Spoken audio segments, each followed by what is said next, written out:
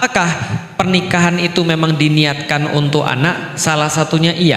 Karena saya sudah sampaikan bahwa minimal ada 4 tujuan dalam pernikahan. Yang pertama adalah mencari visi dan misi yang sudah saya jelasin tadi. Yang kedua adalah dia mencari sakinah. Yang kemudian yang keempat mencari adalah mawaddah. Yang ketiga mencari mawaddah. Yang keempat mencari rahmah. Nah, salah satu bagian daripada rahmah itu adalah punya keturunan. Nah, maka keturunan itu menjadi salah satu tujuan daripada pernikahan. Makanya ulama-ulama memperbolehkan mendapati di tahun-tahun ini lebih banyak lagi orang-orang yang diuji dengan hal yang seperti tadi, ya, pejuang 2 garis biru, ya, artinya pejuang untuk bisa hamil itu banyak sekali. Dan ada banyak penyikapan terhadap orang-orang yang punya permasalahan seperti itu. Contoh misalnya ya, ada teman saya, dia belum punya keturunan selama beberapa waktu dan kemudian dia tetap ujian pastilah ya, ada ujian pasti, cuma dia berusaha untuk mengatasi ujian-ujian itu. Nah, kalau pertanyaannya ada pada apakah pernikahan itu memang diniatkan untuk anak? Salah satunya iya. Karena saya sudah sampaikan bahwa minimal ada 4 tujuan dalam pernikahan. Yang pertama adalah mencari visi dan misi yang sudah saya jelasin tadi. Yang kedua adalah dia mencari sakinah. Yang kemudian yang keempat mencari adalah mawaddah. Yang ketiga mencari mawaddah. Yang keempat mencari rahmah. Nah, salah satu bagian daripada rahmah itu adalah punya keturunan. Nah, maka keturunan itu menjadi salah satu tujuan daripada pernikahan. Makanya ulama-ulama memperbolehkan adanya perceraian kalau andaikan itu tidak punya anak. Memperbolehkan, tapi bukan mewajibkan.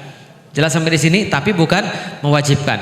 Ada beberapa teman-teman saya juga yang ketika dia sudah nggak punya anak, istrinya bilang, kalau memang sudah ke dokter, lantas sudah dilihat problematikanya misalnya ada pada istrinya dengan problematika fisiologis atau problematika yang bersifat psikologis gitu misalnya ya, apapun problemnya, maka kemudian istrinya, ada yang teman saya juga minta suaminya untuk nikah lagi, ada yang minta suaminya untuk nikah lagi. Kamu silakan nikah lagi karena kalau kamu memang mencari keturunan kamu boleh nikah lagi. Dan teman-teman saya yang disuruh nikah lagi tuh nggak mau nikah lagi padahal sudah disuruh. Nah, tapi boleh nggak? Boleh, bisa difahami ya sampai di sini ya. Nah, jadi ada juga yang memang karena mencari keturunan terus dia nikah lagi. Nah, pertanyaan berikutnya, bagaimana caranya supaya kita itu bisa menerima dengan semua itu? Ketahui bahwa ujian-ujian semacam ini itu justru terjadi pada para nabi. Jadi Rasulullah juga diuji dengan hal yang sama. Anda bisa bayangkan di sebuah society, di sebuah komunitas masyarakat yang sangat judging seperti orang-orang kafir Quraisy. Mereka cuma menghormati seseorang karena banyaknya anak atau banyaknya harta. Makanya di dalam Al-Quran coba lihat bagaimana kondisi masyarakat pada saat itu yang dilihat nasab, harta, anak. Mereka berbangga-bangga dengan anak, berbangga-bangga dengan nasab, berbangga-bangga dengan harta. Rasulullah itu almost perfect bagi mereka. Cuma satu hal yang dijadiin sebagai sindiran dan ejekan yang paling berat pada Rasulullah adalah bahwasanya Rasul tidak punya anak. Kenapa? Karena anak Rasul semuanya perempuan, yang laki-lakinya semuanya meninggal.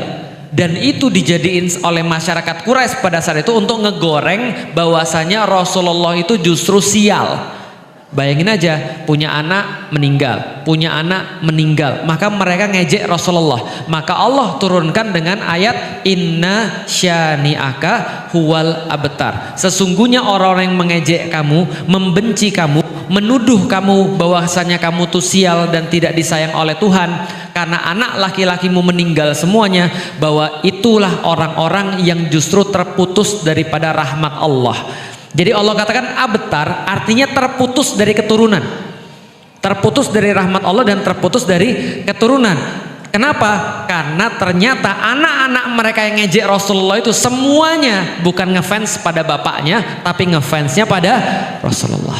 Artinya kita harus mulai berpikir sebagaimana Rasul ditraining oleh Allah, bahwasanya justru yang disebut dengan keturunan yang bisa mendoakan kita kalau kita sudah meninggal itu bukan hanya anak biologis, tapi juga anak-anak ideologis. Dan bentuk kita ridho terhadap keputusan Allah sebagaimana yang tadi Mbak sampaikan, kan bukan maunya saya untuk dilahirkan dalam kondisi seperti ini, seperti bukan maunya Felix lahir dalam kondisi sipit, atau saya lahir dalam kondisi misalnya contoh di dalam kondisi lahir di kota Palembang misalnya, bukan kemauan saya. Kalau misalnya saya bisa milih mah gitu kan ya, saya tentu saja dikasih katalog gitu kan ya, kayak orang mau potong rambut gitu kan ya, saya tentu pilih wajah saya lebih cakep dong gitu kan ya, walaupun saya sudah cakep gitu. Nah tapi artinya ketika kita ridho dengan keputusan Allah, itu tanda Allah ridho kepada kita.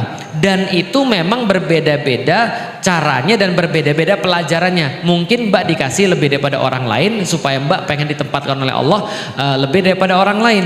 Makanya saya bilang pada beberapa teman-teman saya itu, ya nggak ada yang bilang itu mudah. Jelas susah. Karena kenapa? Saya udah bilang, istri saya aja ketika kosong misalnya baru 2 tahun aja, kan orang-orang kan ngarep kalau kita nikah langsung punya anak ya. Dia kan nggak tahu prosesnya, dia nggak tahu seperti apa kondisinya. Ditanya kan sudah punya anak berapa?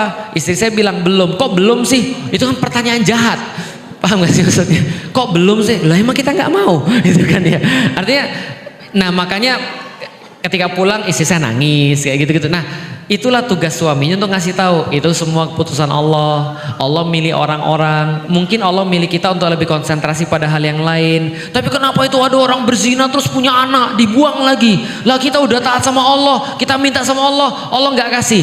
Itulah menurut para ulama, coba ingat baik-baik, bagi beberapa orang yang disayang oleh Allah, menemukan cinta kepada Allah dalam kondisi penantian itu adalah sesuatu yang istimewa. Jadi bersabar, ditolong oleh Allah itu adalah sesuatu yang istimewa. Menikmati keadaan sampai menikmati keadaan menunggu sampai ditolong oleh Allah, itu adalah sesuatu yang sangat luar biasa. Beberapa dapat, beberapa nggak dapat. Teman saya setelah 9 tahun nunggu akhirnya hamil. Teman saya ada yang 15 tahun nikah terus hamil, ada. Tapi balik lagi, itu semua adalah ujian. Yang punya anak dapat ujian, yang belum punya anak juga dapat ujian. Memang ada satu ujian yang lebih berat daripada yang lain ya, tapi yang pasti yang lebih berat ujiannya pasti akan dapat hadiah lebih besar juga.